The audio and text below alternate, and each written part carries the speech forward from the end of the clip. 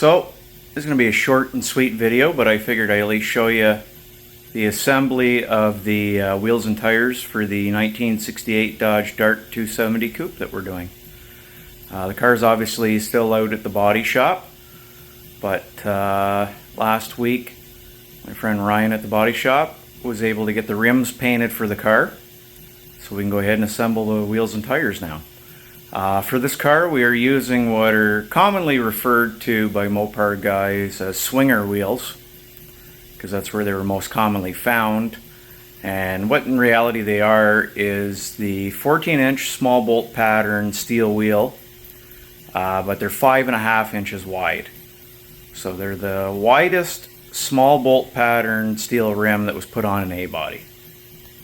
So let's go ahead and get those put together. Alright, so here they are, and that is the color that the Dart will be going. It's its original light green. So I've already taken and I put one of them together. So these are what we're running. They're Milestar radial red lines, which is kind of nice. We're running a 225/70 R14. So we'll go ahead and we'll put the rest of these together, and then I'll get the balancer uncovered. So my old tire machine is nothing to write home about. It's a Hoffman Monty 1200. It's a fairly early rim clamp machine. These were first available in the early 90s and last available around 2002, 2003, somewhere in there. I bought this one at an auction and then had to do a whole bunch of repairs to it, but it works well for what it is and for its age. I can't really ask much more than that. Okay, so I've taken and put a little bead sealer on the tire, and flaw on the rim I should say. We'll go ahead and we'll install a valve stem.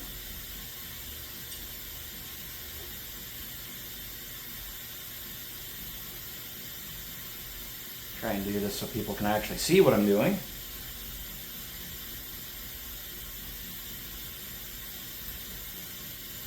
Okay. There we go.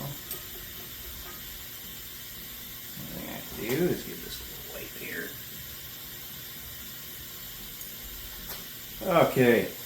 So the reason I bead sealed it is these are 50-plus-year-old tire rims that did have some corrosion and stuff on them, so it's just a cheap precaution. Okay, so we have our tire. What I'm going to do is I got some rubber lubricant, and to protect the tire I'm going to go ahead and make sure that the bead is well lubed prior to trying to install it. That way we don't damage a brand new tire bead, because over time that can lead to a bulge because there is steel cords inside here. I've unfortunately seen that before. So with it lubed, go ahead and drop it in place. Grab our arm here. Okay, now I'll just go ahead and put my arm here.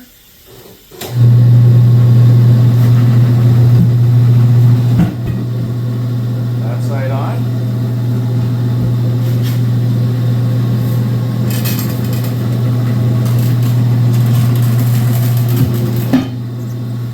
Okay.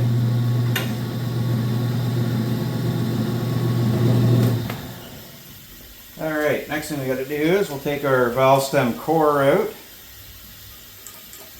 and I'll get it ready to inflate.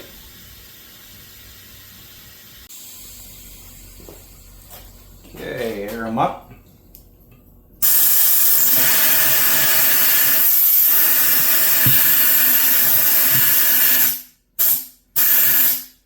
Okay, take it off the machine and air it up.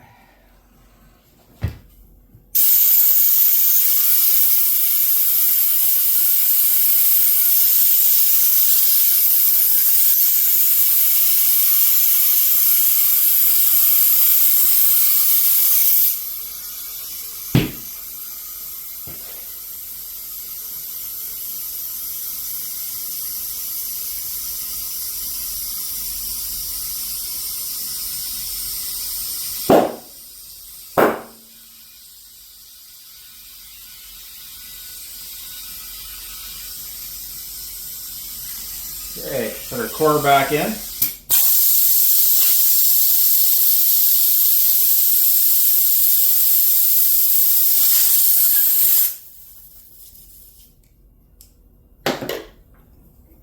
Set our pressure.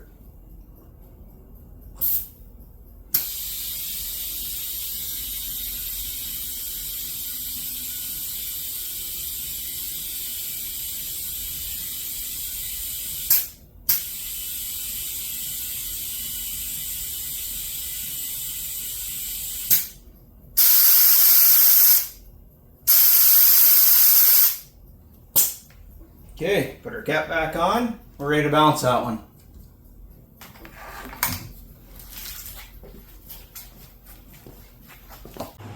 Alright, so with all of our tires mounted, it's time to balance them. So what I have for a balancer here is another Hoffman piece of equipment. It's a Geodyna 40. It's about the same age as the Monty tire machine. I purchased it at an auction as well,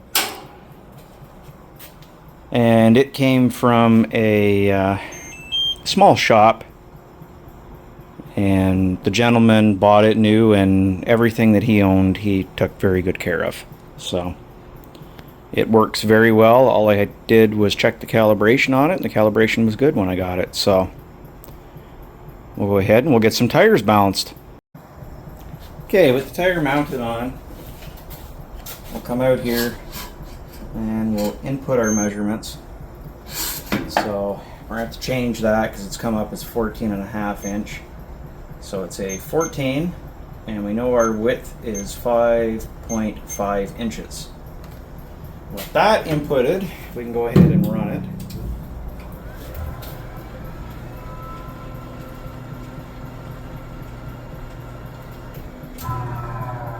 Honestly, that's not that bad for how old the rim is. Now, that's going to be one of those controversial things. I do not like putting wheel weights on the outside of classic cars. So I do a standard balance. So it's going to want a 1/4 ounce dead center right here. So we'll take 1/4 ounce wheel weight, and I will go ahead and install it. And then we'll spin the tire again and we'll see how it goes. Now, over the years, I have found that with a standard balance, as long as you're not going like over 80 miles an hour, that it doesn't seem to really affect it. Now, if you're driving along at 140 miles an hour, you probably would notice it. But at the end of the day, on a car that has a solid rear axle, as long as you put your heavier of the two tires on the rear of it, you're not going to feel an imbalance as much on the rear of the car.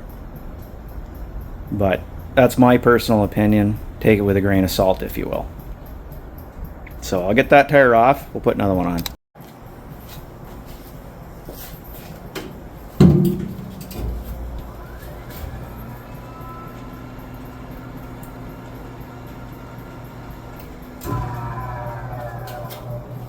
There you go. That one doesn't even need a weight.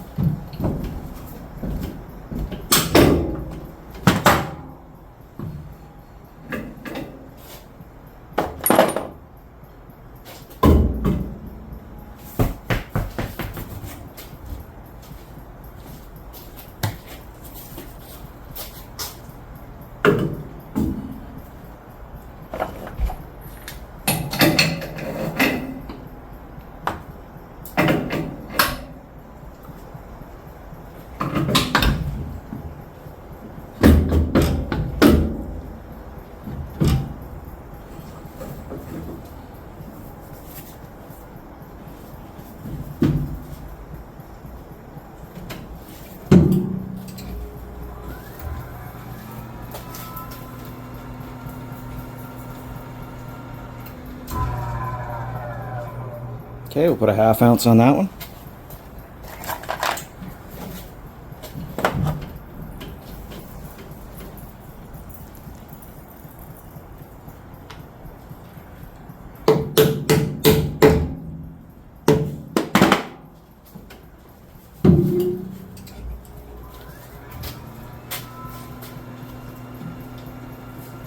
tires you got there? For Mark's car. Okay, that's the last one balanced and it zeroed out. This one was the heaviest one. So it's definitely going to go on the back of the car. I would assume that the rim is maybe not 100% true. And the tire probably isn't either. So it's a combination of the two. But yeah, not bad overall.